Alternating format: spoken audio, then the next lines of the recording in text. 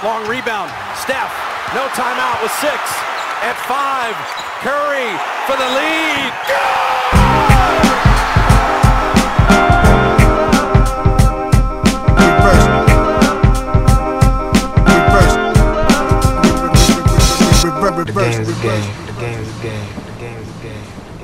Always, always, always. Bonjour à tous, on se retrouve cet après-midi pour notre traditionnel podcast du lundi. Théo n'est pas là aujourd'hui, probablement en train de clubber avec Ronnie Cycli et Rick Ross du côté de Miami, ou plus probablement en train de peaufiner les derniers petits détails du MOOC Miami, justement, que vous pouvez déjà précommander sur basketsession.com. Les frais de port sont offerts en France métropolitaine jusqu'au 10 avril, et les expéditions, elles, commenceront autour du 14. Rapide coup de promo avant de se lancer dans l'épisode du jour. Si vous avez l'habitude de lire nos MOOC, vous savez que quand on choisit un sujet, on l'explore à fond sous tous les angles possibles. Même si le Heat, c'est pas la plus vieille franchise de la ligue, loin de là. Il y avait plein d'histoires, de récits, de personnages forts, marquants à explorer autour de cette équipe et de cette ville, avec tous les paradoxes entre la mentalité très très col bleu de Pat Riley, dont j'ai fait le portrait que vous pourrez retrouver dedans, et l'image très bling bling, fluo, grosse fête de la ville. Allez jeter un œil sur les images et les extraits qu'on vous a mis sur Basket Session. Tous les matins, on vous fera une petite piqûre de rappel parce que vous savez que c'est un peu notre produit phare. C'est toujours le petit bébé dont on est fier à chaque fois qu'on en sort, c'est-à-dire jusqu'à 3 fois par an. Théo n'est pas là, mais Antoine et moi, on a un invité. On a le plaisir aujourd'hui d'accueillir Greg, podcasteur pour Valley Hoop et Dunk Hebdo, membre du roster, fan inconditionnel ou pas, ça il nous le dira, des Phoenix Suns, dont on voulait vous parler aujourd'hui. Greg, comment ça va ? Eh bien, ça va pas mal, ça va pas mal. Lundi, c'est un jour de repos pour moi, donc c'est cool. Je suis tranquille, je suis prêt à parler des Suns dans la paix, la joie et la bonne humeur pendant les 5 premières minutes de cet enregistrement. Et puis ensuite, on passera au seum, à la haine et à la déception. C'est exactement ce qu'on attend, c'est parfait. Greg, avant qu'on parle des Suns, avant qu'on se lamente, qu'on râle sur les Suns, est-ce que tu peux nous dire un peu d'où vient cet attachement pour les Phoenix Suns ? Ouais, bien sûr, oui, c'est relativement facile en réalité à comprendre, je pense, mais moi je tombe sur le basket très tardivement dans ma vie, parce que je suis avant tout un footballeur dans mon petit âge et ensuite un danseur, j'ai fait beaucoup de danse. Et ensuite, quand je suis à l'école, j'ai un très bon pote qui est d'ailleurs toujours mon meilleur ami, un de mes meilleurs amis, qui adore le basket et qui m'initie à ça. On joue beaucoup à Touquet, etc. Mais à l'époque, vraiment, j'y connais pas grand-chose. Et puis ensuite, petit à petit, ça reste un peu dans ma vie en filigrane. Là, à ce moment-là, j'ai 13, 14, 15, 17, 18, etc. Et puis, quand je décide d'embrasser ma première carrière, je déménage et je déménage et je retrouve un autre pote qui, lui, est passionné de basket et notamment de basket vintage. Et donc, je m'intéresse à la Ligue. Et à ce moment-là, j'ai autour des 20 ans et moi, je suis de 84. Et donc, on est sur l'époque où la Ligue va être complètement chamboulée par une équipe qui s'appelle les Phoenix Suns, chamboulée en termes visuels notamment, puisque quand on regarde les Phoenix Suns en 2005, 2006, 2007 sur les 3 MVP de Steve Nash, et ben on se rend compte que c'est une équipe qui est très bizarre dans cette ligue. C'est une pace rapide, c'est un jeu délié, alors qu'à l'époque, clairement, les années 2000, c'est pas le jeu le plus fun à regarder qu'on ait eu dans l'histoire de la ligue. Donc voilà, je tombe un peu sur les fesses, tu vois, de regarder cette équipe. Je me dis, tiens, c'est quand même incroyable que cette équipe soit aussi particulière dans cette ligue. Et puis moi, je suis complètement conquis par l'ensemble des joueurs du 5. Alors la première saison, il y a Joe Johnson, mais ensuite on a Boris Dio qui arrive, qui chope un MIP et qui fait des playoffs monstrueux. Et là, si tu veux, c'est le hameçon, quoi. Ce MIP de Boris Dio, c'est vraiment le hameçon. Je suis les Suns, je suis Steve Nash, etc. Après, ça se délite un peu à l'arrivée de Steve Kerr au management. L'équipe est un peu déconstruite et ça me plaît moins parce que l'identité devient un petit peu plus traditionnelle, notamment avec l'arrivée du Shaq, etc. et des grands pivots. Je commence à suivre un marée aux Knicks. Je m'attache beaucoup à cette équipe des Knicks pré-Melo avec cette flopée de role-players là, la Lincenetti, etc. Tout ça là, ça me plaît vraiment beaucoup. J'adore. Je butine un peu à droite à gauche. J'aime bien Baron Davis. J'aime bien plein d'autres joueurs comme ça qui traversent la ligue. Mais j'en reviens toujours aux Suns. Il y a eu une période de vache maigre qui est terrible jusqu'à la draft de Devin Booker. Il y a 3 ou 4 saisons, je crois, après l'arrivée de Devin Booker qui sont terribles également. Et puis après, il y a la bubble, et là, je rattrape les wagons et je m'éclate à suivre cette nouvelle génération, quoi. Ouais, c'est intéressant parce que on a tous démarré, quand on a une équipe en tout cas préférée. Moi c'était Orlando parce que j'ai commencé avec ça, quoi. Je trouvais le design, les couleurs, les joueurs qui les représentaient assez différents, assez uniques. Point positif pour les Suns, c'est pas l'une des nombreuses franchises qu'Antoine aime critiquer au niveau de l'identité visuelle et des couleurs, des Ah non, designs de maillots. c'est une des plus belles de la ligue. Alors après, Ouais, je par suis contre, d'accord. si j'étais tatillon, je dirais que le maillot des années 90, Horrible. Ah bon, tu l'aimes pas le Ah maillot non, pardon, avec le 90, j'allais dire le milieu des années 2000, c'est le pire Non, c'est maillot. le pire. Mais le le maillot pire. avec des finales de Sunburst. Charles Barkley, Ah ouais. celui-là, pour moi, avec le soleil, il faut le remettre en fait. Il est Bah, magnifique. il était revenu il y a 2 saisons, je crois même la semaine, n'importe quoi, la saison Oui, dernière. en rétro. Ouais, exactement, ouais. En Mais, rétro, ouais, mais il faut qu'il soit là, je suis d'accord, c'est un des plus beaux maillots de la ligue.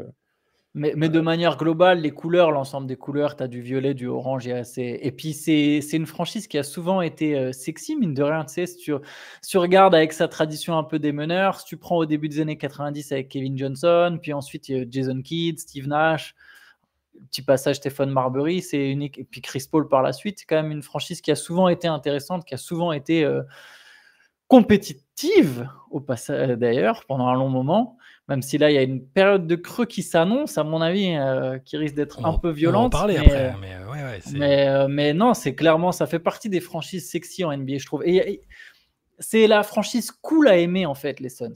Ouais, je suis d'accord avec pas ça. non plus complètement dans les gros winners. C'est une équipe qui a jamais eu de titre. Et en même temps, tu es une franchise qui est, enfin, c'est vraiment le genre d'équipe que moi je peux aimer, tu vois. C'est la Ivica Zubac des franchises. En fait, c'est jamais dans les gros meilleurs pivots, mais c'est le premier pivot que tu prends après les stars, quoi. Et en fait, les Suns me donnent aussi cette impression, c'est-à-dire que tu enlèves tous les gros marchés. Les Suns sont parmi les meilleures destinations de free agency, les meilleures destinations, tu vois, avec des équipes comme Miami, etc. D'abord parce qu'il fait très beau, mais aussi parce que ça a toujours été une. Bon, après, Jerry Colangelo a fait un travail phénoménal. Il y a eu des coachs de légende qui sont passés aux Suns. Donc évidemment, ça a toujours été cette destination un peu cool. Et c'est vrai que c'est pas étonnant pour nous quand on se rend compte que, tu vois, Kevin Durant veut venir aux Suns il y a 2 ans, qu'il y a des joueurs qui signent au minimum, etc. Tu vois, genre Tyus Jones et tout. Et quand bien même leur parcours sous le maillot des Suns ne soit pas vraiment ce que la fanbase aurait voulu, c'est quand même toujours cool de se dire qu'on est une franchise attractive alors qu'on n'est pas un gros marché, quoi. C'est une ville et une région très sympa. J'y suis allé une fois. Bon, j'avais 14 ans, donc ça remonte un peu, mais on peut comprendre pourquoi c'est assez cool. Même toute la banlieue de Phoenix, il fait bon vivre. Plus, je crois savoir qu'il y a quelques avantages fiscaux qui ne sont pas trop déplaisants pour les. Mais voilà, en tout cas, je comprends tout à fait. Ça fait partie des franchises que si on devait faire on le fera peut-être un jour dans une late session, le classement des franchises préférées, si on devait vraiment de 1 à 30, je pense que les Suns sont probablement top 5 de mon côté. Greg, quand on a commencé avec les gars à se dire qu'il faudrait qu'on parle de ces Suns, on se disait que ce serait sans doute pour une autopsie, c'était il y a quelques semaines, sauf que là, ces petits taquins, ils commencent à gagner des matchs, ils commencent à jouer un peu au basket, ils commencent à se réveiller, 3 victoires de suite, le 10e spot chippé au cadavre des Mavs, la possibilité même peut-être de grimper jusqu'au 9e spot, c'est mathématiquement possible. Quel est l'état d'esprit de ton côté aujourd'hui? Je sais que tu as été pas mal dépité par la situation, comme beaucoup, hein, parce que nous, en début de saison, quand on faisait nos pronos, on était assez optimistes pour les Suns, particulièrement Antoine et Théo. Hein, je ne veux pas me dédouaner totalement, mais je crois que vous les aviez mis relativement haut. C'est quoi l'état d'esprit là aujourd'hui, dans cette saison qui est quand même ultra particulière pour les Suns? Ouais, c'est une saison qui est particulière parce que le résultat final par rapport aux ambitions, c'est terrible. C'est vraiment... c'est terrible. On dirait, ouais, enfin, j'ai pas de comparaison, mais on dirait si, à la limite, la comparaison, ce serait l'adresse de Nurkic sous le panier, c'est-à-dire qu'il est grand et tout, et il a plein de dispositions, mais il n'arrive pas à mettre en lay-up. Nous, c'est un peu pareil. On a plein de dispositions, on a plein de joueurs à notre disposition, mais on n'arrive pas à transformer et avoir une équipe compétitive cette saison. Et en fait, la frustration principale, c'est que, enfin pour moi en tout cas, hein, pour ne parler que de moi, mais la frustration principale que j'ai cette saison, c'est que je n'arrive même plus à pointer un seul responsable, une seule entité responsable de la situation. Il y a tellement de choses à dire sur chaque aspect de la franchise, du front office au propriétaire, en passant par le coaching staff et les joueurs, et le vestiaire, donc l'entente entre les joueurs, que c'est en fait, on est proche du surmenage, quoi, tu vois, en termes de fanbase, on est proche du surmenage. Et c'est pas facile à gérer, j'avoue, en termes de fans. Alors évidemment, il y a des choses plus importantes dans la vie, mais quand tu es un fan d'une franchise, de voir à ce point ta franchise être dysfonctionnelle sur tous les plans, c'est très difficile. On a quasiment 60 matchs dans les pattes, je crois. Je ne sais plus exactement où on en est. Bon, il reste 15 jours de compétition pour la saison régulière. Et tu as des interviews des joueurs, et notamment Tyus Jones, mais aussi Devin Booker, Kevin Durant, etc., qui te disent, ouais, en fait, le truc qui nous change depuis 3 ou 4 matchs, c'est qu'on est actif. Frérot, ça fait 5 mois que ça a commencé la saison régulière. Tu te rends compte qu'au travail, il faut travailler. C'est quand même un truc de ouf, quoi. C'est quand même un truc assez incroyable. Et j'ai un camarade podcasteur d'un autre podcast aux États-Unis qui me répondait à un message dans une discussion qu'on avait. Il me disait que l'effort, c'est une compétence. C'est comme la santé, quoi. Quand tu te dis, bon, Sabonis, il est très fort, mais en fait, Sabonis, il est très fort aussi parce qu'il est là 80 matchs par saison. Bah, l'effort, c'est une vraie compétence. Et malheureusement, cette équipe, on manque énormément. Donc, la principale frustration, elle est là. Après, je ne me souviens plus exactement de ta question, mais l'état d'esprit aujourd'hui, c'est vraiment qu'en fait, on n'y croit pas. On est beaucoup à ne plus y croire. Et pour ceux qui voudraient voir les Suns gratter une place au play-in ou en play-off, il faut quand même garder, à mon avis, à l'esprit qu'on va se faire complètement détruire. Et à juste titre, je pense qu'on n'est pas du tout prêt à partir en play-off ou même en play-in, discuter avec les équipes qui sont au-dessus. Moi, j'aimerais qu'on revienne peut-être un peu juste sur la genèse de cette équipe. Savoir comment toi, tu as vécu, pas l'arrivée de Kevin Durant, mais on peut même repartir de Kevin Durant, mais je dirais presque l'arrivée de Bradley Beal. Quel a été ton sentiment? Est-ce que toi, tu t'es dit, ouais, avec cette équipe-là, on peut aller jouer le titre? Bradley Beal, Kevin Durant, Devin Booker, quelle a été ton impression à ce moment-là, si tu t'en souviens? Je m'en souviens très bien et j'avais écrit des articles dessus. Alors, je me souviens plus exactement ce que je dis dans ces articles, mais moi, à l'époque, je me dis, bon, on envoie Landry Shamet qui vaut plus rien. On envoie Chris Paul qui a 30 000 ans et qui est véritablement, tu vois, l'équivalent de Tortue Géniale dans Dragon Ball Z, c'est-à-dire c'est cool, mais c'est pas lui qui combat. Et on récupère Bradley Beal. Et en fait, je pense que mon cerveau, à l'époque, il est tellement content qu'on arrive à convertir ça en Bradley Beal, parce que Bradley Beal, à l'époque de Washington, ça va à peu près. C'est depuis finalement qu'il est aux Suns qu'il y a vraiment, tu vois, une grosse baisse de régime en production quand il est là. Mais je me dis, finalement, c'est pas trop mal. Mais je pense que j'oublie qu'on a envoyé à peu près 14 second tour de draft, X premier tour de draft, et que du coup, on a complètement dilapidé notre futur. Mais je me dis, bon, ok, très bien, on va peut-être réussir à construire une équipe autour qui est compétitive et qui est équilibrée. C'est-à-dire, on va pointer le doigt sur les problèmes qu'il y a dans cette équipe. Bradley Beal était censé résoudre le problème des drives. Ça n'a pas été le cas. Ce problème existe d'ailleurs toujours, même si sur cette fin de saison, on semble trouver des pistes tactiques, notamment pour le résoudre. Mais bon, ça, c'est peut-être l'épisode 2, tu vois, de ce qui se passe, de la déchéance de ces Suns, tu vois, dans cette itération. L'épisode 1, c'est ce que tu disais, Antoine, c'est l'arrivée de Kevin Durant, et je dirais que même la genèse de cet épisode 1, le début, la scène d'intro, c'est tout simplement le rachat par Matisse Bien à Robert Sarver de la franchise. Et Matisse Bien, il arrive alors qu'il y a eu déjà 6 à 8 mois de discussion entre les Nets et les Suns à propos du transfert de Kevin Durant. Et James Jones qui dit non aux Nets, leur dit non, on ne veut pas Kevin Durant si vous nous prenez à la fois Cameron Johnson, Mikal Bridges et les tours de draft. C'est soit l'un, soit l'autre. Vous choisissez votre package, mais ce n'est pas les deux. Matisse Bien arrive, en 24 heures, il dit « Ok, c'est bon, Sean Marks, je t'envoie les deux, tu m'envoies Kevin Durant. » Et du coup, ça me fait balancer sur l'épisode préquel de cette future trilogie catastrophique des Suns, mais il y a un préquel un peu comme Star Wars, Rogue, je ne sais pas quoi, Rogue Squad, je sais plus comment ça s'appelle, mais bon, vous avez compris. Il y a un préquel à ça. Le préquel, c'est la draft de DeAndre Ayton 6 mois avant l'arrivée de James Jones en general manager des Suns. C'est Ryan McDonough qui draft DeAndre Ayton au lieu de drafter qui on sait et qui était présent dans cette draft. Et je parle évidemment de Shai Gilgeous-Alexander. Mais il y a évidemment Luka Doncic, Shai et plein d'autres joueurs dans cette équipe. On fait le choix de drafter le local sorti de la fac arizonienne DeAndre Ayton, qui est un super prospect à l'époque. Et 6 mois après, Robert Sarver décide de dégager Ryan McDonough et d'investir James Jones avec les tâches de general manager. Le préquel, il est là. Parce qu'en fait, tu n'as jamais donné à James Jones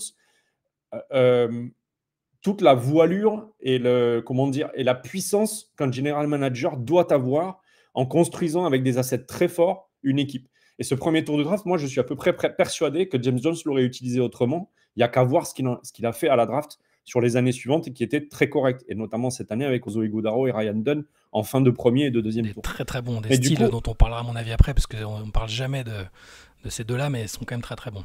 Deux joueurs majeurs dans la bonne fin de saison. Ouais, carrément. Mais du coup, non, c'est juste qu'en fait, il y a ce préquel donc avec James Jones, Ryan McDonough et DeAndre Ayton, cette espèce de triangulaire. Il y a ensuite le premier épisode avec Matisse Bia, Kevin Durant. La première saison, les premiers playoffs où on y croit parce qu'il y a 8-0 sur le bilan avec Kevin Durant avant d'accéder aux playoffs. Donc, on y croit un peu. On se fait éclater par les Wolves, alors que tout le monde dit non, mais les Wolves, les Suns, c'est la match-up qui va leur poser problème, etc. Rien du tout. Anthony Edwards, il a décidé, il a réussi. Et cette saison, en fait, on construit une équipe qui est complètement déséquilibrée parce qu'on est obnubilé par cette idée du meneur gestionnaire, quoi. Après, il y a eu, avec Durant, il y a quand même eu une belle campagne de playoffs, c'est celle où ils perdent en demi contre les Nuggets. Oui, tu as raison. Celle-là, j'accélère l'histoire, tu as raison. Celle-là était belle. Et c'est pour ça que nous, je me souviens, dans la rédac, tu vois, pour le coup, Shai et moi, on était assez optimistes sur Kevin Durant, Devin Booker. On aimait bien. Et moi, je trouve que quand Phoenix perd contre Denver, j'ai l'impression que c'est la deuxième meilleure équipe de l'Ouest qui vient de perdre. Et si tu regardes l'ensemble du run des Nuggets, la seule équipe qui a un temps inquiété, le mot est peut-être fort, mais qui a un temps poussé Denver dans ses retranchements, c'est les Suns. C'est les Suns construits un peu à la hâte parce que transfert de Kevin Durant en cours de saison, ils sont à 2-2 dans le Game 5 en fait. Tu vois, le Game 5, il bascule d'un autre côté, c'est peut-être un autre monde en fait derrière. Et c'est pour ça que nous, particulièrement, on a été un peu surpris par... Enfin, c'est même pas surpris, mais... pas enchanté quand même, par Bradley Beal. Surpris et pas enchanté par le transfert de Bradley Beal. Tu as raison de souligner, ok, Landry Shamet, il servait plus à rien. Tu vois, même Chris Paul, effectivement, était sur la fin, mais c'est très ironique d'avoir cherché pendant longtemps un meneur gestionnaire quand tu as transféré Chris Paul, tu vois, qui, certes, allait se faire exploiter en défense, mais tu pouvais le faire jouer d'une autre manière ou le mettre dans un autre deal. Parce que j'ai l'impression que sur le papier, il y aura toujours plus de fit sur le papier, purement basket, peut-être pas dans l'entente, parce que dans l'entente, il y avait l'air d'avoir un problème, mais entre Chris Paul, Devin Booker, Kevin Durant et DeAndre Ayton, que sur ce Big Tree, qui moi me semblait très vite déséquilibré avec deux petits, Bill et Booker. On se disait, mais comment ils vont faire en fait? Et il y a la no trade clause quand même, la fameuse no trade clause. Ouais. La no trade clause, ouais. En plus de la no trade clause. Ça, c'était un paramètre qui était déjà là dès le départ, qui nous faisait un peu tiquer. Moi, j'avais énormément d'espoir pour les Suns. Enfin, j'étais hyper optimiste quand j'ai vu même sur le faible échantillon KD Booker ensemble. Alors, KD forcément a pris un petit peu d'âge et de kilomètres depuis, mais je trouvais que c'était redoutable les deux. Ils avaient l'un et l'autre fait des performances assez exceptionnelles, je trouve. Et pour ça que l'arrivée de Bradley Beal, ça ressemblait un peu au syndrome du proprio qui a un nouveau jouet qui veut absolument tout accélérer et que du coup il saute sur l'occasion de Bradley Beal sans se dire ah mince, si ça foire il est intransférable, parce que lui en plus, et il a raison aujourd'hui de dire oui, moi j'ai une clause, je suis à Phoenix, c'est une top ville, je gagne énormément d'argent, où est-ce que je vais atterrir, je peux pas. Donc ça je comprends, mais je me demanderais toujours ce qu'il aurait pu se passer s'ils avaient juste axé sur KD et Booker, en construisant peut-être un peu différemment autour. On ne saura jamais. Et d'ailleurs, c'est pas que de la faute de Bill. Tu disais, Greg, tout à l'heure, il n'y a pas un responsable aux difficultés qu'il y a actuellement, parce que tu peux regarder un peu partout la construction de l'équipe qui peut parfois sembler un peu incohérente. On peut réfléchir sur le coaching aussi. Moi, j'attendais plus de Mike Budenholzer. Tu regardes plus de matchs que nous en entier des Suns, hein. Mais c'est un mec hyper fiable qui a été 2 fois coach de l'année avec 2 équipes différentes.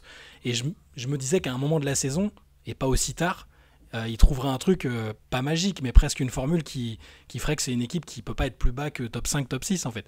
Donc il y a plein de trucs. Donc c'est pas que Bradley Beal, mais ça a été un peu un petit déclencheur quand même. C'est une équipe qui a été en finale NBA il y a pas longtemps avec Devin Booker en plus.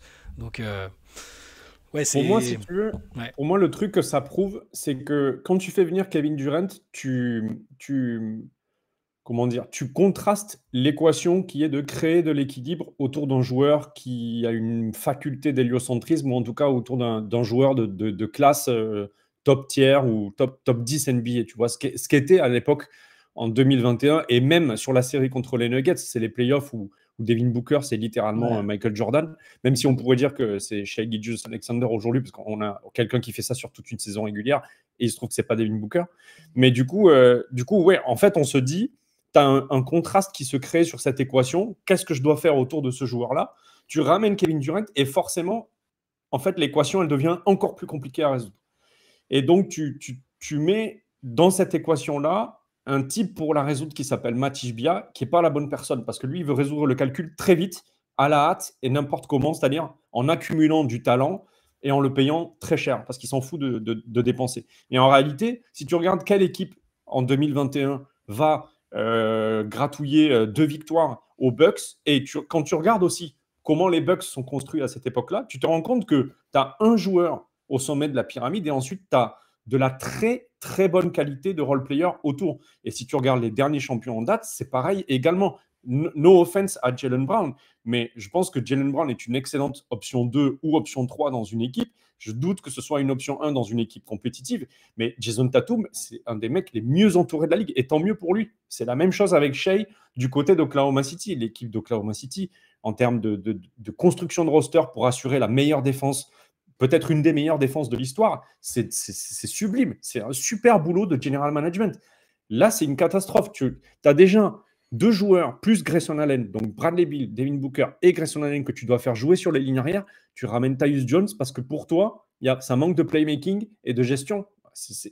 Déjà ça, c'était ridicule. Ouais, sur le et coup, en plus, quand tu ramènes Tyus Jones, ça veut dire que tu ne crois déjà plus, 8 mois après, au projet Bradley Beal meneur. Du coup, le désaveu, ça prend un... Enfin, c'était une catastrophe. C'est une catastrophe. Déjà, bon, moi, le projet Bradley Beal meneur me séduisait pas des masses. Et je voulais ton avis sur Tyus Jones, parce que, évidemment, je te lis sur les réseaux, je sais un peu la frustration que tu peux avoir vis-à-vis de Tyus Jones. Antoine sait que c'est l'un de mes joueurs préférés en NBA, parce que j'aime ce genre de joueurs qui font très peu de pertes de balles, très propres. Mais c'est vrai que je suis aussi frustré. À chaque fois que j'ai regardé les Suns, je me demandais s'il était à sa place finalement. Alors pour moi, c'était une des recrues de l'année. Mais tu as l'air de me dire que dès son arrivée, tu sentais que c'était encore ce que tu as appelé tout à l'heure l'obsession du meneur organisateur, c'est ça? Il y a eu une obsession après la saison précédente, avant l'arrivée de Bradley Beal. Le problème principal des Suns, c'est les turnovers. C'est une catastrophe. On a Kevin Durant qui fait des matchs à 8, 9, 10 turnovers. Devin Booker qui est à 7 ou 8. C'est vraiment une catastrophe. On n'arrête pas de perdre les balles et on a des points encaissés en transition qui sont terribles. Et une défense de transition qui, comme cette saison, est catastrophique. Du coup, tout le monde se dit, il faut absolument un meneur, il faut absolument un meneur. Et je l'avais dit chez nos camarades de QI Basket que je salue, le playmaking et la création offensive, on est en 2025, c'est pas forcément l'apanage d'un meneur de jeu. Il y a plein de mecs qui sont dépositaires du jeu dans leur équipe et dans des équipes qui sont en plus compétitives, qui ne sont pas les meneurs de jeu. Donc je veux bien qu'on ramène de la propreté, mais à mon avis, on peut la ramener autrement. Et en fait, quand on a vu Tyus Jones arriver avec en plus Monte Morris, le deuxième joueur le plus propre de la ligue. Oui, bien sûr, c'était fou sur le papier quand même. On se dit, c'est super, mais c'est que des petits. Et en fait, le problème, c'est qu'on se dit que c'est que des petits, on se le dit trop tard. Moi-même, j'ai cru en ce projet Tyus Jones, mais j'ai cru parce que les statistiques de conservation et de protection de la balle sont tellement bonnes que j'ai pas vu que le mec faisait 1m76. Tu vois, j'ai pas vu que sur un terrain de basket, ça allait. J'ai rien contre les gens qui font 1m76. Je fais 2 cm de plus que ça, donc c'est pas un problème. Mais je veux dire, j'ai rien à faire sur un parc NBA. Tu vois ce que je veux dire? Et en fait, le problème, c'est pas Tyus Jones, c'est que tu mets Tyus Jones à côté de Bradley Beal et tu fais Devin Booker en 3. Et ça, c'est pas viable dans la NBA moderne. Donc c'est trop petit. Pour toi, c'est trop petit. Alors globalement, c'est trop petit. Mais attends, on se fait bousculer par les Raptors. On se fait bousculer par les Raptors qui n'ont pas d'organisation défensive.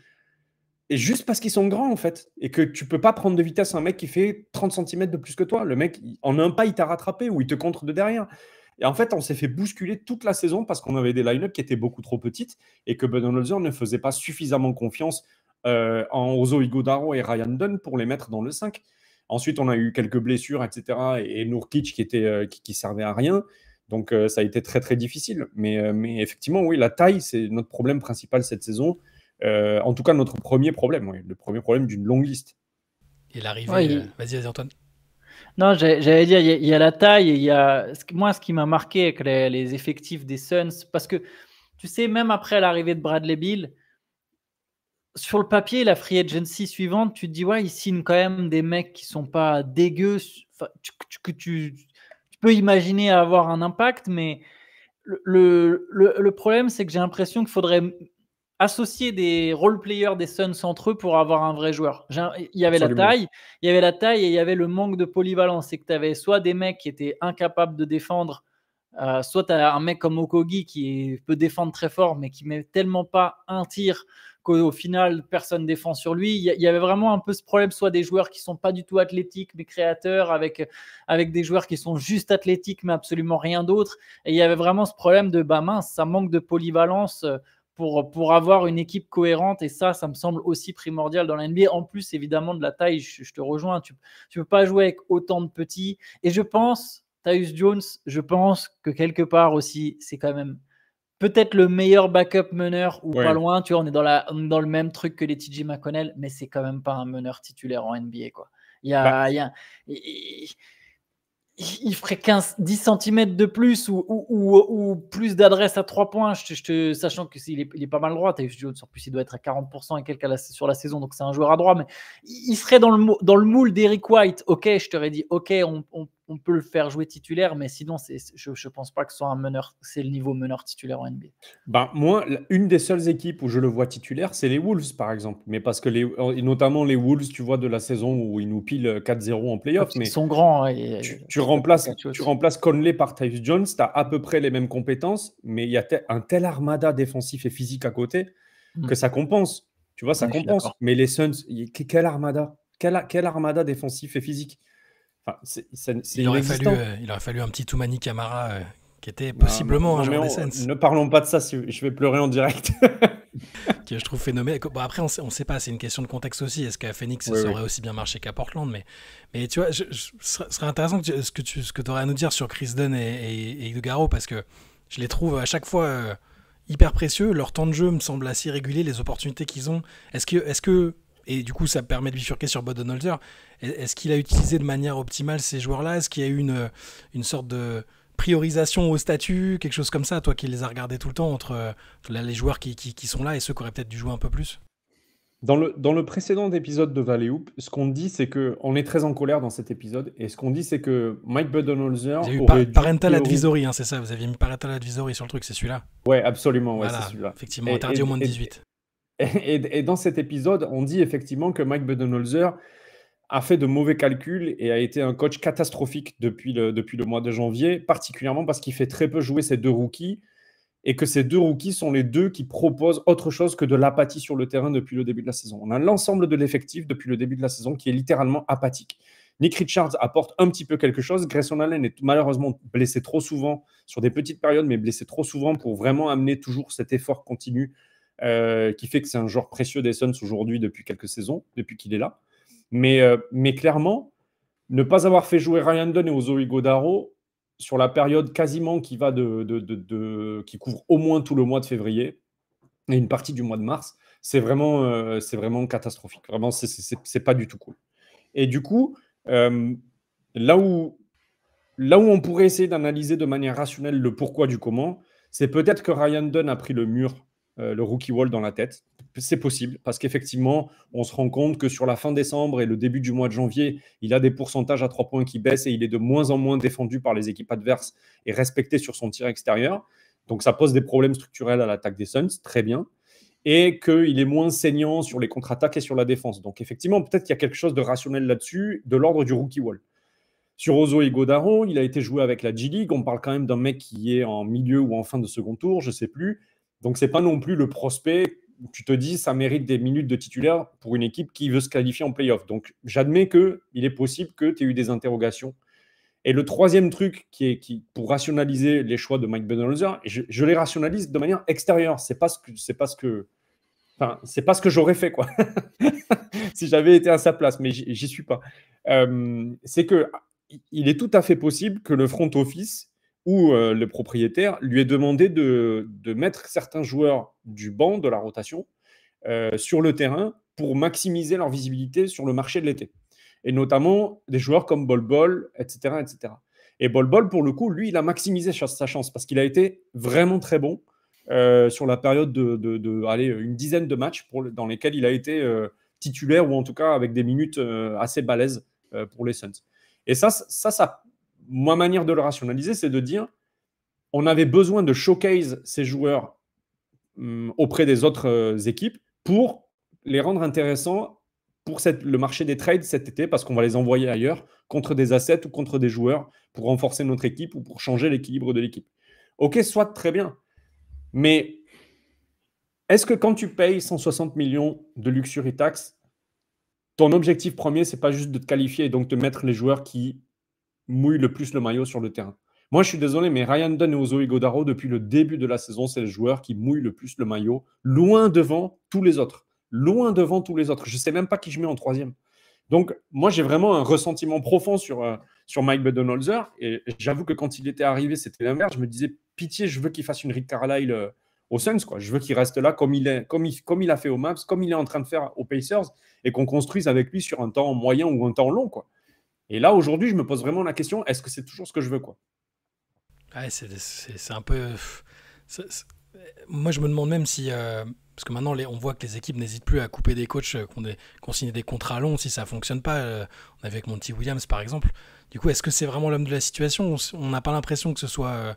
je parle même pas... Les scènes qu'on a vues avec AD, et bon, après, ils ont dit que c'était normal, voilà, que c'était comme ça qu'ils interagissaient, mais on n'a pas eu l'impression qu'il y avait une énorme connexion entre lui et les joueurs.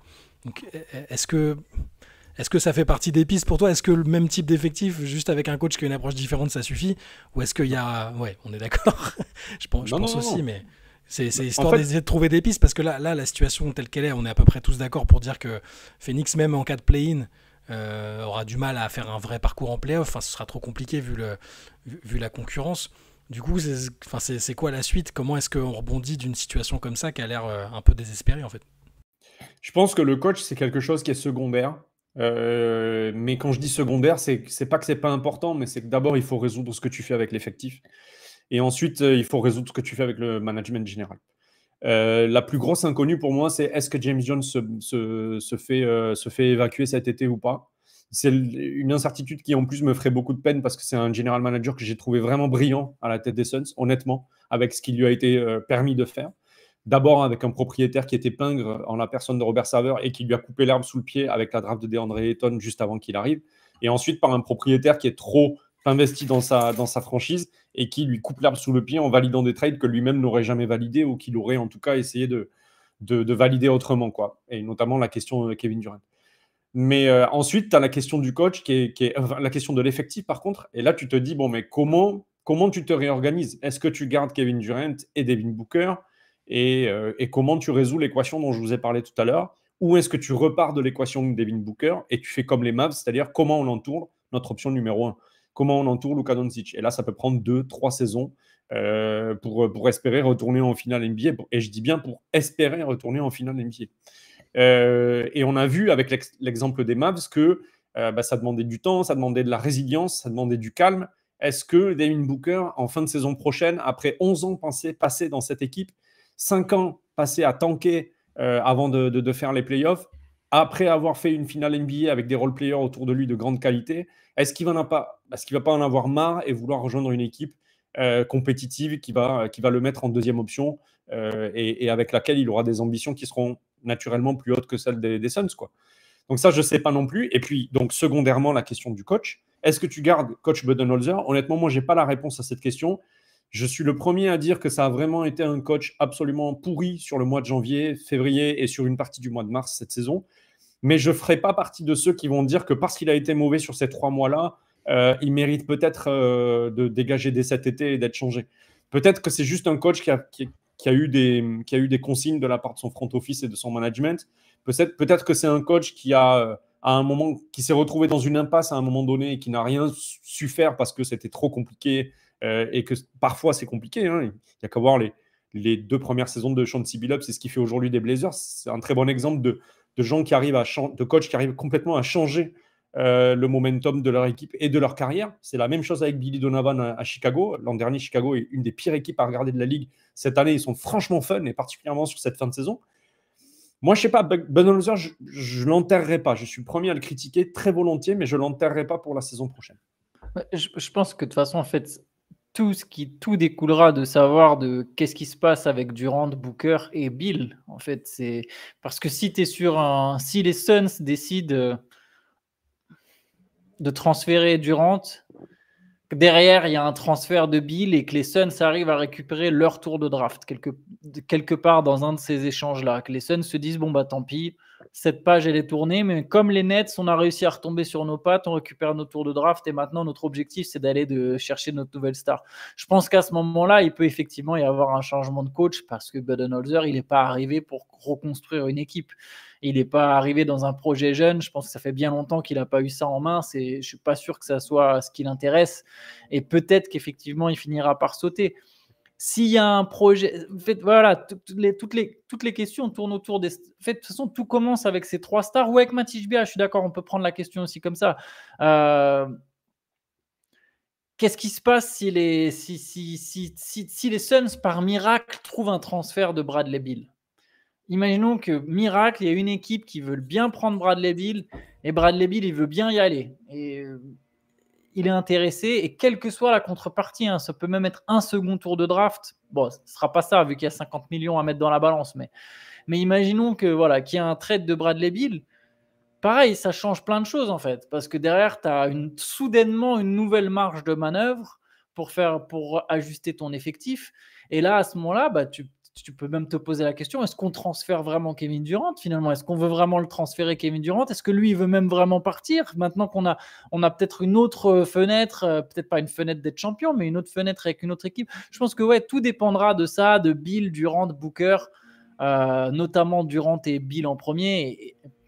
Et Booker, ça dépendra peut-être de son envie tout simplement. J'ai vu qu'il y a beaucoup de rumeurs qu'il envoie à Détroit. Je pense que c'est un petit peu surfait, je suis pas sûr, mais il faudra voir, comme tu as dit, si Durant part, est-ce que Booker il a vraiment envie de rester, tu vois? Est-ce qu'il a envie de rester dans cette galère? Il a dit que oui. Autour de ça. Ouais, il a dit que oui. Après, il a dit que oui. Il y a le dire aujourd'hui et il y a le dire le moment où c'est effectif, quoi. C'est ça, exactement. Moi, je pense que Booker, c'est un joueur à la Lillard. Je pense que jusqu'à ses entre 30 et 33, il est capable de dire je reste là où je suis fidèle, j'ai envie de jouer ici jusqu'au bout, etc., etc. Mais que pour son dernier contrat NBA ou disons au précipice du début de sa fin de carrière ou du milieu de sa fin de carrière, il dira peut-être s'il n'a rien chopé avec les Suns à ce moment-là, tiens, je vais aller voir si l'herbe n'est pas plus verte ailleurs et si je ne peux pas gagner un titre avec X ou Y prochaine superstar NBA. Mais oui, je te rejoins là-dessus. Le premier domino, pour moi, c'est Bradley Beal. Il faut voir comment tu le convertis. Et je pense qu'il y a des équipes qui peuvent être intéressées parce que ce n'est pas un joueur qui est inintéressant. C'est juste un joueur qui est difficile à quantifier quant à la production qu'il aura dans ton équipe, simplement parce qu'il y a beaucoup d'absences et que sur ton jeu, finalement, il a un apport en volume, mais il n'a pas forcément un apport en impact collectif.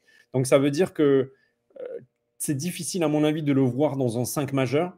Mais par contre, en 6e homme ou en 7e homme qui sort du banc et qui te met 15-20 points par match, c'est possible. Mais 15-20 points à 57 millions en 2026-27, tu vois, ça fait cher le Lou Williams, quoi. Ça fait un peu cher le Lou Williams. Mais tu vois, moi, il y a des équipes qui manquent d'adresse extérieure parce que Bradley Beal est très adroit depuis ces deux saisons aux Suns, vraiment très adroit. Il est à 40%. La saison dernière, je crois qu'il finit à plus de 50% dans les corners. C'est quand même un joueur qui est intéressant. Et quand je pense aux équipes, par exemple Orlando, tu vois, qui manquent d'adresse extérieure, je me dis, ça peut être une solution si tu as un peu de cap space, tu vois, ou Détroit, par exemple, aussi, qui peut rajouter sur les lignes extérieures un joueur encore à droit à côté de Kate Cunningham et de Beasley et de Ivy. Ça peut être, tu vois, leur 4e guard. Je sais pas, ça peut être à voir, mais ces équipes qui ont une ascension, qui sont sur la côte Est, qui connaissent bien, je sais pas, ça peut être intéressant pour lui, j'en sais rien. De toute manière, c'est pas moi qui vais résoudre ce sujet, parce que malheureusement, je suis ni caution sur la no trade clause de Bradley Beal, ni décisionnaire du front office des Suns, ça se saurait. Mais voilà, quoi. Pour moi, effectivement, je suis d'accord avec toi, Antoine, ça commence par Bradley Beal. Ouais. Mais il y a aussi la question Kevin Durant qui est importante, parce qu'Antoine fait partie des rares, en tout cas sur ce que j'avais pu lire, qui considèrent, même jusqu'au moment au plus fort des rumeurs, quand ça semblait presque entendu que les deux parties allaient se séparer, Antoine disait non, mais c'est pas encore sûr. Il y a des scénarios qui peuvent permettre de faire en sorte que KD reste. Et là, vous en avez évoqué un, par exemple, mais moi je sais pas, j'ai l'impression qu'avec ce qu'il y a eu, la volonté qu'ont eu les Suns à un moment de le mettre sur le marché avant la deadline, je le vois mal avec l'état d'esprit qu'il a en règle générale, se dire bon non mais c'est ici que j'ai envie d'être et de rester, alors qu'il a peut-être un dernier défi à chercher quelque part ailleurs. Et ça change absolument tout parce que KD, je sais pas ce que tu penses du passage exactement du passage de Durant à Phoenix, parce que Greg, parce que d'un point de vue extérieur, on a toujours l'impression que ça reste un des attaquants les plus fantastiques qui soit. Il y a aussi le hors-terrain où il semble parfois un peu détaché du projet, un peu détaché du jeu parfois, un peu imperméable à tout ce qui peut se passer, tu vois. C'est très difficile, je trouve, de savoir exactement ce qui passe par la tête de KD depuis qu'il est à Phoenix. Moi, je suis content d'avoir vu jouer sous le maillot des Suns. Je suis pas content que ce soit fait dans l'itération de l'équipe telle qu'elle est aujourd'hui. Et si je devais refaire le trade, Mikal Bridges, Cam Johnson et X tours de draft pour les Nets et Kevin Durant, je le ferai jamais. Et pour le coup, c'est ma ligne éditoriale depuis le début. Et je tiens à le dire quand même pour les fans de Kevin Durant qui sont souvent dans mes mentions, c'est un joueur que j'adore et j'aime beaucoup aussi qui il est. C'est-à-dire que c'est quelqu'un qui se... alors, j'aime pas toujours ce qu'il dit et j'aime pas toujours ses décisions personnelles sur sa carrière et tout, peu importe, mais la radicalité avec laquelle il les assume et la radicalité de son caractère, le côté je suis qui je suis et vous me changerez pas, ça j'adore. Ça vraiment, j'adore. Je respecte complètement cet aspect de lui et pour le coup, c'est une de mes personnalités préférées en NBA. Et du coup, je rebondis sur ce que tu disais à propos des rumeurs de trade qu'il y avait eu et du coup, cette info qui est sortie que les Suns avaient écouté des offres, notamment des Warriors à propos de Kevin Durant jusqu'à la trade deadline cette saison. Je pense que s'il y a bien un joueur qui peut comprendre que c'est du business et qu'il ne faut pas faire de sentiments, c'est lui. Et que du coup, en tout cas, s'il y a une superstar qui est capable de le comprendre, c'est lui. Et je ne suis pas certain qu'il le prenne mal. C'est-à-dire que je ne suis pas certain que son caractère, ce soit celui d'une diva. Je ne suis pas certain que son caractère, ce soit celui d'une superstar qui pense qu'il est au-dessus de toutes les rumeurs de trade. Je pense que son caractère, c'est de dire c'est un business et moi, c'est moi qui tiens les rênes de qui je suis à l'intérieur de ce business. C'est ce qu'il a dit en interview d'ailleurs. Où je serai la saison prochaine, il faut dans tous les cas que ce soit mon choix. Et je pense que les Suns ont une carte à jouer s'ils souhaitent le garder. Je ne dis pas que c'est mon souhait, mais s'ils souhaitent le garder, je pense qu'ils ont une carte à jouer en lui faisant une proposition d'extension qui lui fera dire c'est là où je veux être. Parce que je vais être valorisé en termes salarial, parce que je vais être valorisé dans l'équipe, parce que Matisse Bia et James Jones ou le prochain general manager vont me proposer un plan pour l'équipe qui va être un plan intelligent, parce que j'aurai une discussion avec le coach en place ou le futur coach qui va me dire tu vas jouer comme ça, on va développer tel et tel jeu et ça va me faire mordre au projet. Pour ça, je fais confiance à Kevin Durant de peser le pour et le contre de manière très froide, très business et très individuelle. Mais je ne crois pas que ce soit une diva piquée au vif de se dire ah, ils ont voulu me dégager, ok, moi maintenant je dégage, c'est bon. Tu vois, je pense pas. Je pense que c'est un mec qui est. Enfin, je le vois pas comme ça en tout cas. Ouais. Et alors, parce que là, malheureusement, pour les fans des Suns, ils sont dans le même état d'esprit que toi, je pense. Hein. Mais c'est vrai qu'on a parlé de beaucoup de ce qui est négatif, alors que bon, ils sont potentiellement qualifiés. Ils vont aller au play-in. Hein, pour moi, ça ne fait aucun doute. Qu'est-ce qui ressort peut-être de positif ou qu'est-ce qui peut être positif pour la suite à court, moyen, long terme? Est-ce qu'il y a quand même des bases qui, selon toi, permettent de dire que c'est pas la pire situation en NBA, alors qu'il y a des équipes qui ont tradé Luka Doncic, il y a des équipes qui ont fait des choix, qui ont offert des contrats gigantesques à d'autres joueurs qui sont un peu en prison au niveau de la masse salariale, au niveau de plein de choses. Est-ce qu'il y a des aspects positifs aujourd'hui en tant que fan des Suns? Est-ce qu'il y a de l'espoir en tout cas? Alors c'est rigolo parce qu'en conférence de presse de début de saison, Matisse Bia, il disait il y a 25 ou 28 autres équipes qui veulent être à notre place. Et moi aujourd'hui, je pense qu'il y a une seule équipe, il y a une seule franchise NBA qui veut être à la place des Suns, c'est peut-être les Mavs. Mais sinon, je pense que personne ne veut la situation des Suns. Il y a deux trucs qui me font encore peur pour la saison prochaine avant que je passe au côté positif. C'est le fait qu'on va rentrer dans la 3e année au-dessus du second apron et que du coup, ça va nous virer des tours de draft du second tour des années prochaines. Ça va les dissoudre. Donc, il faut absolument qu'on baisse notre masse salariale et qu'on passe au-dessous du second apron. Ça, c'est le dernier truc négatif que j'ai à dire. Mais le motif d'espoir et en tout cas le motif de joie pour moi, c'est qu'on va devoir se projeter assez vite dans un nouveau projet, je pense. Je ne suis pas certain que Kevin Durant reste malgré tout ce que j'ai dit précédemment. Précédemment, j'ai dit qu'il y avait une possibilité pour qu'il reste. Mais je pense, et honnêtement, j'espère, et notamment pour les fans de Kevin Durant qui ont beaucoup de mal enfin, qui trouve ingrate la position de Kevin Durant à Phoenix en ce moment. J'admets que j'ai des espoirs quant à me dire, tiens, cette trade machine, elle est intéressante. Mais c'est quand même un truc fou de s'imaginer que ce qui me donne le plus d'espoir aujourd'hui, c'est les trade machines et de me dire que peut-être Tari Eason sera un Phoenix Suns la saison prochaine, quoi. Moi, j'en suis là, quoi. Ce serait magnifique, Ouais, Tari Eason. C'est parce que c'est comme tu as dit, c'est se replonger dans un autre projet. On vit d'espoir, en fait, les supporters. Et notamment, c'est pour ça que la jeunesse fait autant fantasmer quand on parle des athlètes, que ce soit foot, basket, quel que soit le sport. C'est qu'il y a toujours l'inconnu du potentiel, alors que souvent, c'est trompeur, en fait. Toujours persuadé quand un joueur est fort, ah, mais regarde, il va. Tu vois, par exemple, c'est le truc vachement à la mode. C'était ressorti sur Wembanyama et je le trouverai sur Wembanyama. C'était l'expression, ah, mais t'imagines, ça, c'est le plus mauvais de ce qu'il va montrer. Tu vois, genre, c'est. Et ça, maintenant, c'est devenu une expression à la mode. Je le vois partout, tout le temps. Maintenant, pour chaque jeune joueur, ah, imagine, là, en plus, c'est sa plus mauvaise saison. Mais non, mon gars, t'es pas sûr. Tyreek Evans, sa saison rookie, c'est sa meilleure saison de toute sa carrière en NBA.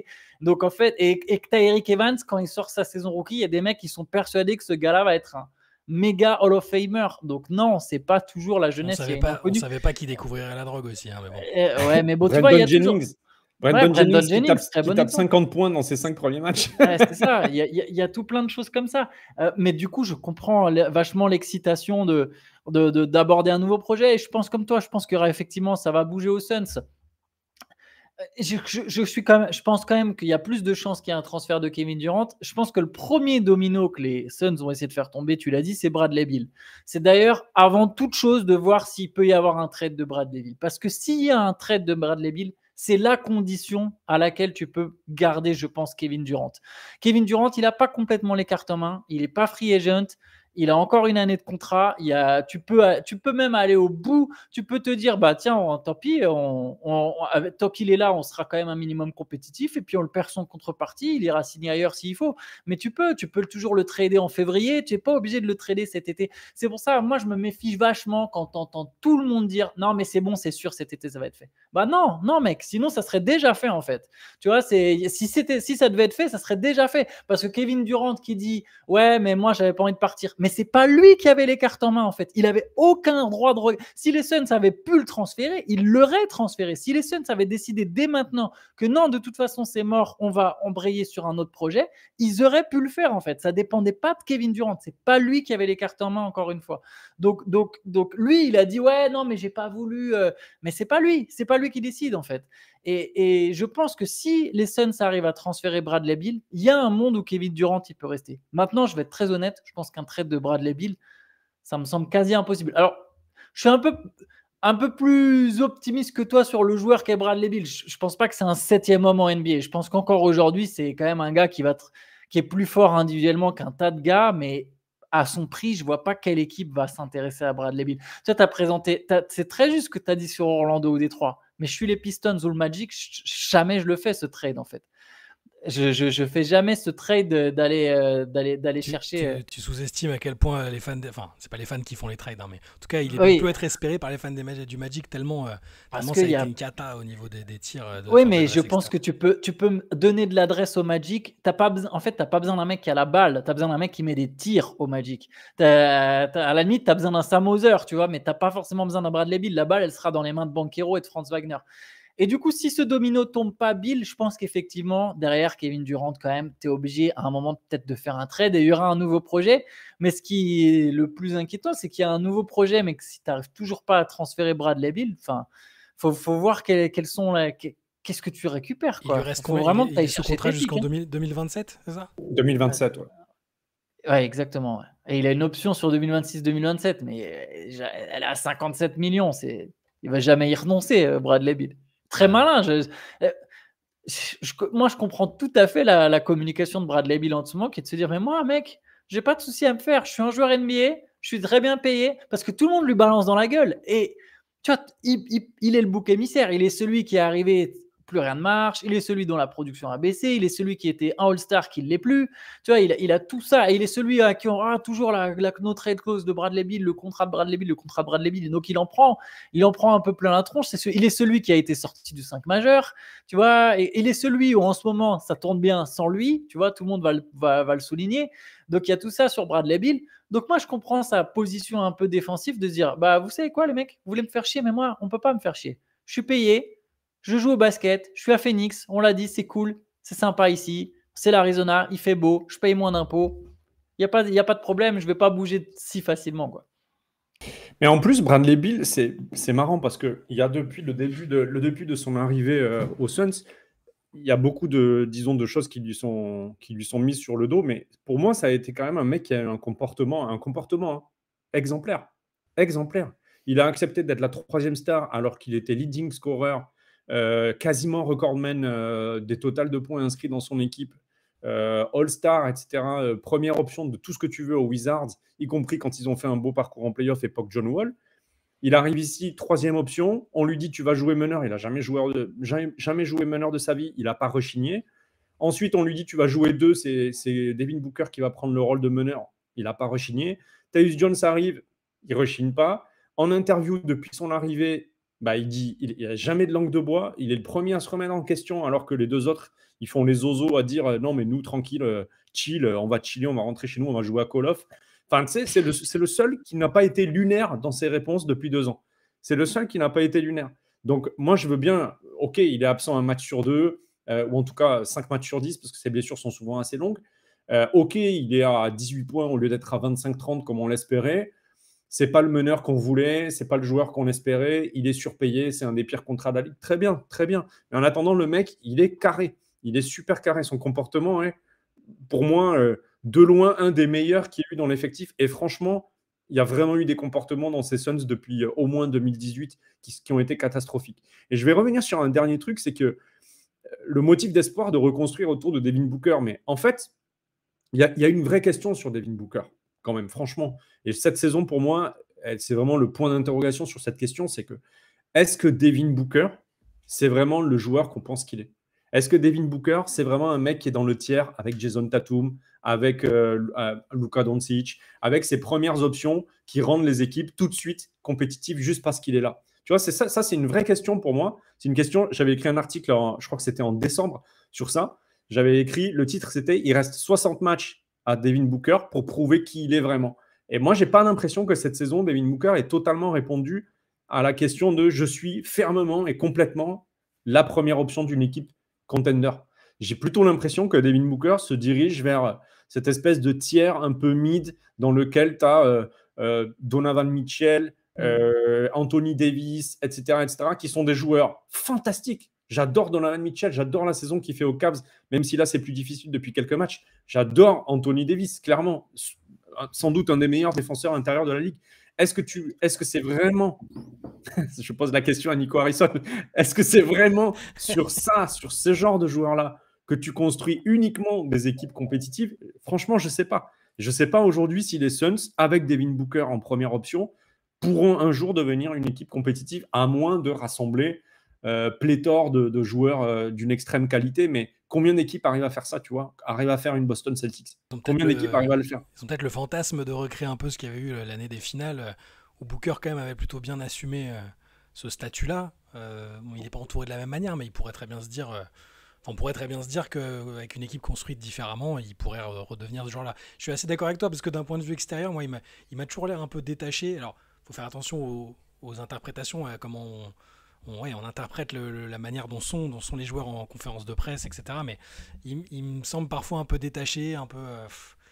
trop laid back. Bon, de toute façon, je suis chez moi ici, c'est un peu moi qui vais décider ce qui se passe, mais sans avoir l'implication émotionnelle presque. Et ça, c'est qu'une théorie de ma part, hein, de certains autres joueurs pour lesquels leur équipe c'est tout et qui vont tout donner, qui vont avoir vos chapitres auprès de la direction, tout ça. Ça non plus, je sais pas. Par contre, sur le talent, il me semble être quand même dans cette catégorie-là, dans tous les cas, au pire, avec les Mitchell et compagnie, quoi. Mais bon. Et ce que je voulais vous demander aussi quand même, pour essayer de rester, alors pas forcément dans le positif, mais qu'est-ce que ça peut être le meilleur scénario pour les Suns d'ici la fin de la saison? Est-ce Est-ce que Gillespie va se transformer en franchise player de circonstance et nous faire un run incroyable pour emmener les Suns assez loin en playoff? Est-ce qu'il va y avoir une union sacrée? Enfin, là, l'équipe va mieux. Est-ce que c'est suffisant pour rêver d'un parcours un peu, ne serait-ce que correct, ne serait-ce que décent et pas sortir en play-in? Comment vous voyez chacun la fin de saison des Suns de la manière la plus objective possible? Je te laisse commencer, Antoine. Tu as posé deux questions différentes parce que tu as dit quel était le meilleur scénario et après tu as dit qu'est-ce qu'on imagine. Parce que pour le meilleur scénario, déjà, je dirais qu'aller en playoff, c'est déjà une manière de sauver ta saison. De dire, regardez, malgré tout. Parce qu'en fait, après, tout est une question de vibe, de dynamisme et presque de narration ou de point de vue. C'est-à-dire qu'en fait, si les Suns vont au playoff et sortent au premier tour, si tu prends le big picture, c'est nul. En fait, c'est nul. Tu as fait venir Kevin Durant et Bradley Beal pour être champion. Tu vas pas te réjouir d'être sorti au premier tour. Par contre, si tu prends le contexte de la saison 2, malgré tout, on termine sur une note de on est allé en playoff après avoir été catastrophique. Et pareil, si je reste encore un peu dans cette histoire de Kevin Durant, si tu vas jusqu'au play-in, après toutes les difficultés que tu as traversées et tu n'es pas ridicule, tu te qualifies pour les playoffs, parce qu'il faut se qualifier pour les playoffs. Si tu sors au play-in, c'est un échec monumental dans tous les cas. Tu vas en playoff, tu tapes donc le Thunder au premier tour, tu sors. Je ne vois pas un scénario où OKC perd contre Phoenix avec une équipe des Suns qui n'a aucune qualité athlétique. Ça me semble absolument impossible. Impossible. La balade de Il Caruso, quoi. n'y a aucun monde où je vois le Thunder perdre contre les Suns. Mais donc, tu as Kevin Durant qui revient jouer des matchs de playoff à OKC. En plus, tu vois, ça donne un petit truc. Et tu perds, peu importe le score, que ce soit même 4-0, 4-1, mais tu perds en n'étant pas ridicule dans les matchs. Tu vois, parce que la défaite contre les Timberwolves, là où elle est sévère, c'est que les Suns, ils se font balader. Ils se font balader. Le 4-0, il est très sec. Là, imaginons, tu vas en playoff, tu perds au premier tour. Donc, tu vois, je ne suis même pas sur un long parcours, mais tu perds. Tu as montré de la combativité, tu as montré quelque chose. Il y a un petit truc, une espèce de matière à laquelle tu peux t'agripper en te disant « Ah, regarde, en fait, là, il y a quand même un petit truc. Il y a quand même un petit truc. » Et si derrière, ça suffit à motiver Kevin Durant à se dire « Ok, pourquoi pas ?» Ça, c'est le scénario le plus optimiste pour moi sur cette fin de saison. Maintenant, le plus réaliste, je pense que les Suns vont terminer 10e à l'Ouest. Les Suns peuvent clairement taper les Kings sur un match de play-in. Pas une réaliste. Je pense que le plus réaliste, Phoenix va pas en playoff. C'est peut-être mon plus réaliste. Mon plus réaliste, c'est Phoenix perd le deuxième match de play-in. Allez, gagne un match et perd le deuxième match de play-in. Je vais dire ça en plus réaliste. Moi, je te rejoins complètement sur le scénario le plus réaliste. Je pense que le mode tank activé par les Mavs nous sort d'un scénario tout ouvert où on n'allait pas du tout en play-in, où on finissait 11e, voire même 12e si les Blazers nous passaient devant. Mais vraisemblablement, ça s'est calmé un peu du côté de Portland. Mais effectivement, on va, à mon avis, faire ce play-in-là. Et je pense que le plus réaliste, c'est qu'on gagne peut-être un match au play-in. Et encore, les Kings nous ont posé des problèmes cette saison. Et je pense que l'arrivée de Zach LaVine, c'est encore pire pour nous. Parce que l'adresse extérieure, voilà. Mais dans les scénarios, alors c'est rigolo parce que les scénarios les plus optimistes, en tout cas les scénarios rêvés, je pense que personnellement, en tant que fan, je n'ai pas forcément le même que vous. C'est-à-dire que moi, mon scénario de rêve, c'est on ne va pas du tout en play-off. Moi, je veux vraiment que le rêve s'arrête. C'est-à-dire qu'il n'y ait plus aucune dimension d'espoir autour de cette itération de l'équipe.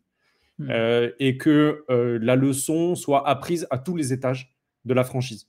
Et pour ça, pour vraiment prendre une leçon de plein fouet et dans toute sa grandeur, dans toute sa nécessité, il faut qu'on la prenne en n'allant même pas en play-off. C'est-à-dire tu payes 160 millions de luxury de taxes et tu ne vas pas en play-off.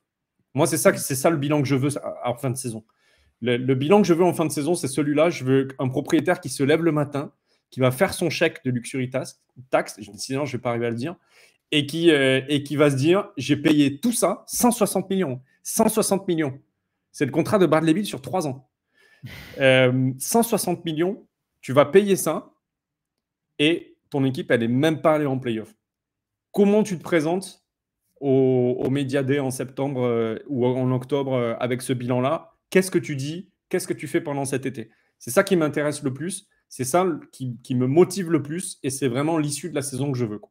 C'est pour ça d'ailleurs que la plupart du temps, quand on a une victoire là, sur les 3, 4, 5 matchs récents, j'ai tendance à vraiment la pondérer et à calmer les ardeurs des gens. À la maudire presque. Ouais, c'est ça. Non, mais en plus, si tu regardes vraiment les stats avancées, pour le coup, on n'en a pas parlé, mais tu te rends compte que sur le mois de mars, on fait, je crois qu'on fait 0 victoire et 6 défaites contre le top 10. Et après, toutes nos victoires, elles sont contre le bottom 20, disons, le bottom 15. Il y a Cleveland quand même. Il y a une belle victoire récente contre Cleveland. Ouais, mais franchement, tu vois, pour moi, elle est anecdotique, cette victoire. Il y a quasiment 3 joueurs de Cleveland qui passent à côté de leur match.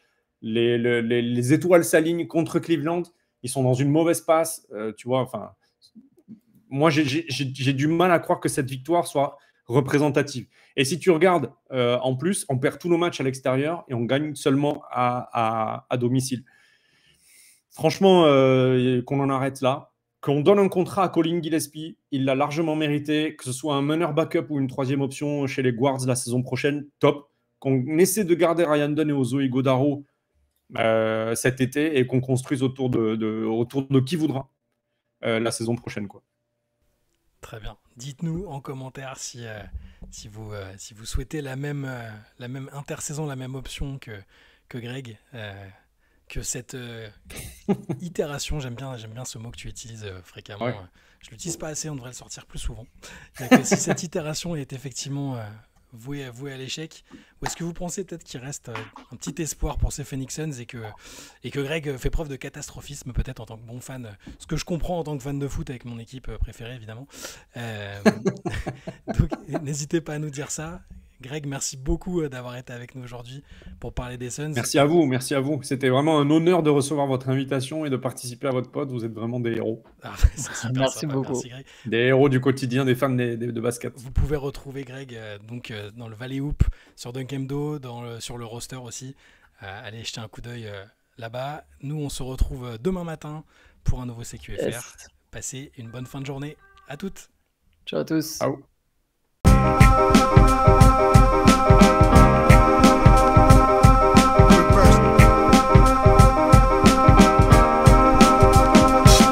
The game is out there, and it's either play or get played.